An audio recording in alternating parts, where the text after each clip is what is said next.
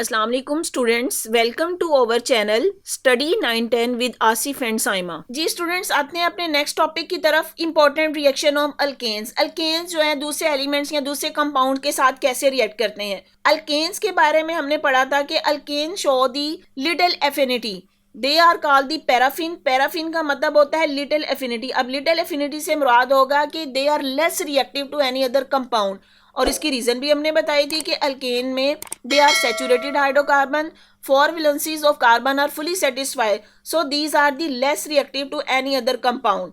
तो इसीलिए हम अल्केन्स को नाम देते हैं paraffins, which mean little affinity.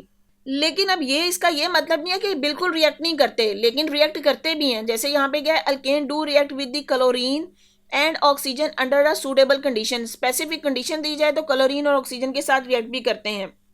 अब यहाँ भी उन्होंने बताया है कि अनरिएक्टिविटी ऑफ एल्केन उसको एक्सप्लेन किया जा सकता है on the basis of the non polarity of the bond. Non polar जितने ऑर्गेनिक कंपाउंड है वो नॉन पोलर होते हैं। अब नॉन पोलर से क्या मुराद है कि कार्बन कार्बन या कार्बन हाइड्रोजन के दरमियान बनने वाला जो बॉन्ड है वो नॉन पोलर है। नॉन पोलर तब बॉन्ड होगा कि जब एलिमेंट्स की इलेक्ट्रोनेगेटिविटी का डिफरेंस ज्यादा ना हो या इलेक्ट्रोनेगेटिविटी सेम हो, तो जो शेयर पेयर ऑफ इलेक्ट्रॉन है वो दोनों के दरमियान इक्वली शेयर होता है। जैसे यहाँ पे उन्होंने कहा भी है the electronegativity value of carbon, carbon की जो वैल्यू है कितनी है 2.6 है, एंड हाइड्रोजन की है 2.1। क्योंकि इनकी इलेक्ट्रोनेगेटिव वैल्यू में ज़्यादा डिफरेंस नहीं है, इसलिए जब ये शेयर करके बॉन्ड बनाएंगे तो जो शेयर पेयर ऑफ इलेक्ट्रॉन है दोनों के दरमियान इक्वली शेयर होगा, जिसकी वजह से हम कहते हैं कि हाइड्रोकार्बन्स आर नॉन पोलर।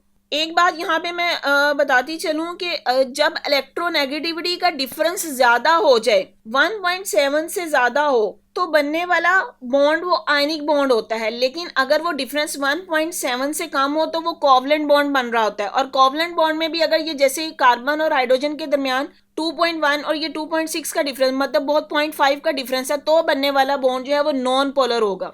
लेकिन अगर यही डिफरेंस जो है वो 1.7 से कम हो और 0.5 0.6 से ज्यादा हो, तो बनने वाला बॉन्ड जो है पोलर कोवलेंट बॉन्ड होता है। पोलर कोवलेंट बॉन्ड वो है जिसमें एलिमेंट्स के ऊपर पोलैरिटी आ जाती है। एक को हम बोलते हैं स्लाइटली पॉजिटिव और एक को हम बोलते हैं स्लाइटली नेगेटिव।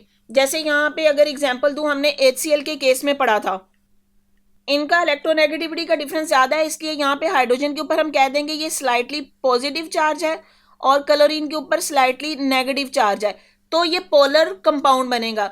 लेकिन अगर इलेक्ट्रोनेगेटिविटी का डिफरेंस कम है, जैसे यहाँ पे कार्बन और कार्बन के दरमियान या कार्बन और हाइड्रोजन के दरमियान ये डिफरेंस बहुत कम है, तो इसलिए यहाँ पे पोल क्रिएट नहीं होते, ये नॉन पोलर कंपाउंड है। अब क्योंकि ये नॉन पोलर कंपाउंड है, इसी वजह से कुछ रिएजेंट जैसे acid, base, oxidising agents find no reaction site in the alkanes molecule to which they could be attach.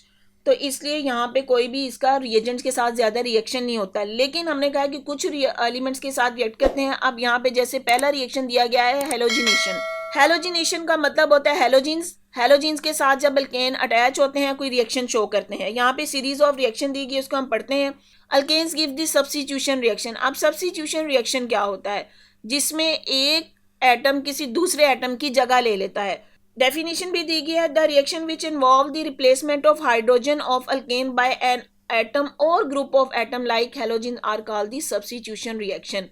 क्या कि replacement of hydrogen of alkanes, alkane का जो हाइड्रोजन है उसको रिप्लेस कर दे कोई और हेलोजिन, तो इसको हम बोलेंगे हेलोजिनेशन या सब्स्टिट्यूशन रिएक्शन। अब ये जो हेलोजिनेशन है, इसमें substitution reaction they are presence in the presence of the UV light, मतलब सनलाइट की प्रेजेंस में रिएक्शन होते हैं, और इसीलिए इन रिएक्शन को हम बोलते हैं फोटोकेमिकल सब्स्टिट्यूशन रिएक्शन।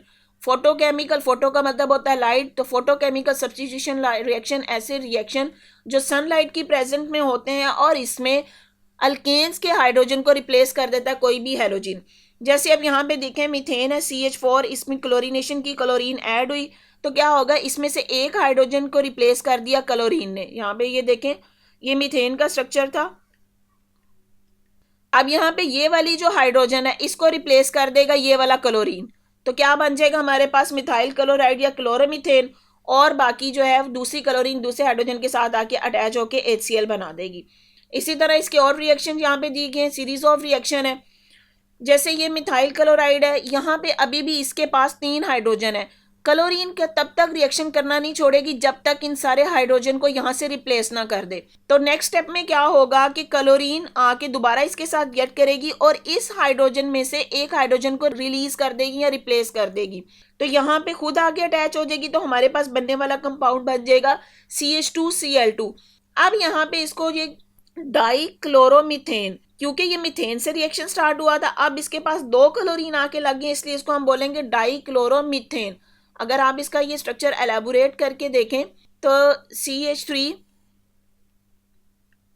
ये 3 हाइड्रोजन थे और यहाँ पे ये क्लोरीन था। जब इसकी फर्दर क्लोरीनेशन हुई तो ये क्लोरीन क्या करेगी, यहाँ से इस वाले हाइड्रोजन को रिप्लेस कर देगी। रिप्लेस कर दिया, खुद इसकी जगह लगी, तो पीछे क्या रह गया CH2। यहाँ पे क्लोरीन एक उसके पास पहले थी और दूसरी ने आगे इसको रिप्लेस कर दिया, तो ये बन जाएगा CH2Cl2। फिर अभी ये रिएक्शन स्टॉप नहीं करेगा क्योंकि इसके पास अभी 2 हाइड्रोजन और हैं।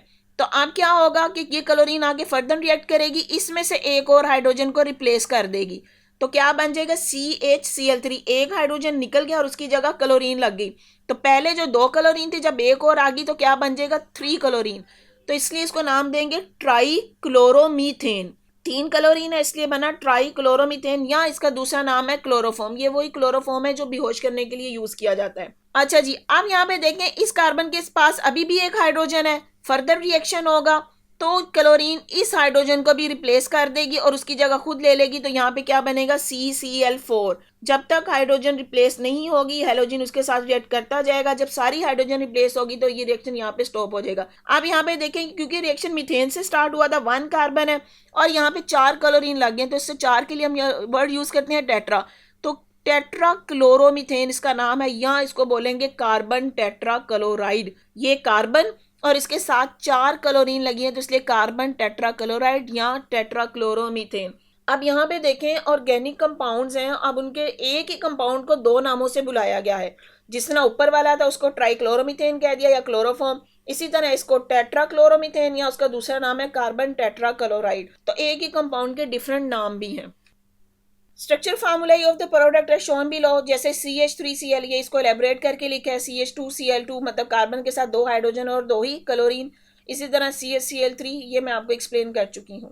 अच्छा जी, अगला जो रिएक्शन देते हैं वो अल्केन देते हैं कंबस्चन। कंबस्चन क्या है? जलने का अमल। जलने के अमल के लिए हमें पता है ऑक्सीजन चाहिए होती है, तो इसका मतलब हुआ कि अल्केन जब ऑक्सीजन की प्रेजेंस में रिएक्ट करते हैं तो इसको हम बोलते हैं कंबस्चन, और कंबस्चन के एंड प्रोडक्ट होते हैं कार्बन डाइऑक्साइड। यहाँ पे मैं आपको बता दूं, पहले कंबस्चन 2 तरह की होगी। एक को हम बोलते हैं कंप्लीट कंबस्चन और दूसरी होती है इनकम्प्लीट कंबस्चन।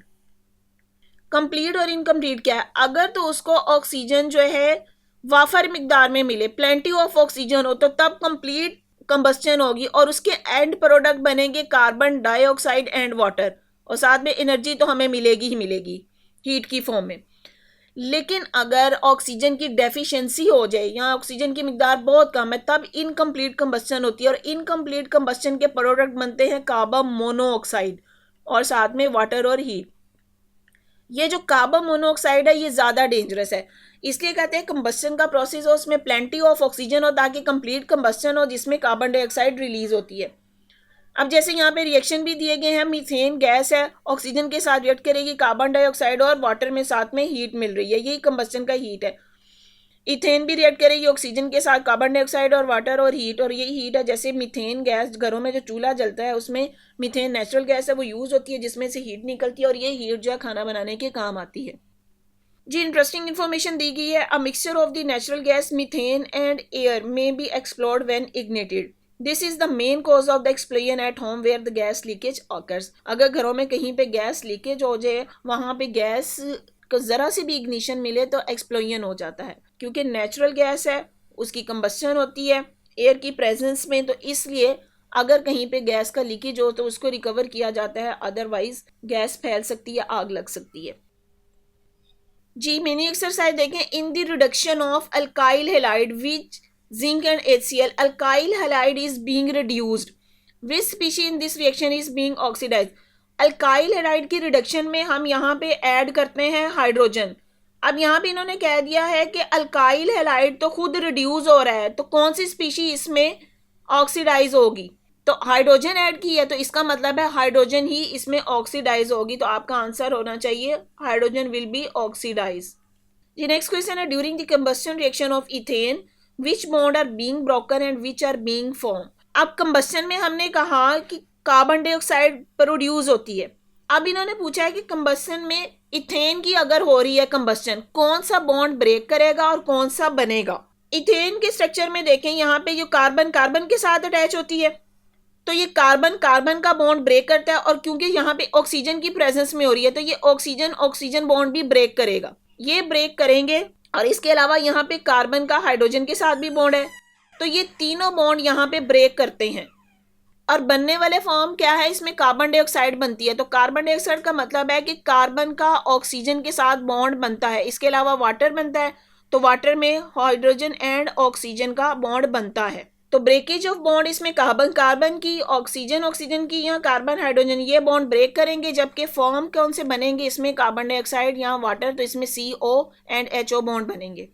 जी नेक्स्ट क्वेश्चन है, what products other than methyl chloride are formed when methane react with chlorine gas. तो मीथेन जब क्लोरीन गैस के साथ in the presence of sunlight react करती है, फोटोकेमिकल रिएक्शन होता है जिसमें हमें प्रोडक्ट मिलते हैं, जिसमें आ जाता है डाइक्लोरोमीथेन CH2Cl2 ये प्रोडक्ट बनेगा। यहाँ इसके अलावा आ जाएगा ट्राइक्लोरोमीथेन CHCl3 बन जाएगा। यहाँ कार्बन टेट्राक्लोराइड CCl4, तो ये इस प्रोडक्ट्स का नाम देंगे। ये पीछे आपकी बुक में इसकी एक्सप्लेनेशन भी दी गई, आप वहाँ से भी ये सीरीज ऑफ रिएक्शन देख सकते हैं। जी स्टूडेंट्स, अगर आपको मेरा लेक्चर पसंद आया है तो मेरी वीडियो को लाइक करें, अपने फ्रेंड्स के साथ शेयर करें, मेरे चैनल को सब्सक्राइब करें और बेल आइकन पे क्लिक कर दें ताकि हर आने वाली न्यू वीडियो सबसे पहले आपको मिल जाए। थैंक यू, दुआओं में याद रखिए। अल्लाह हाफिज़।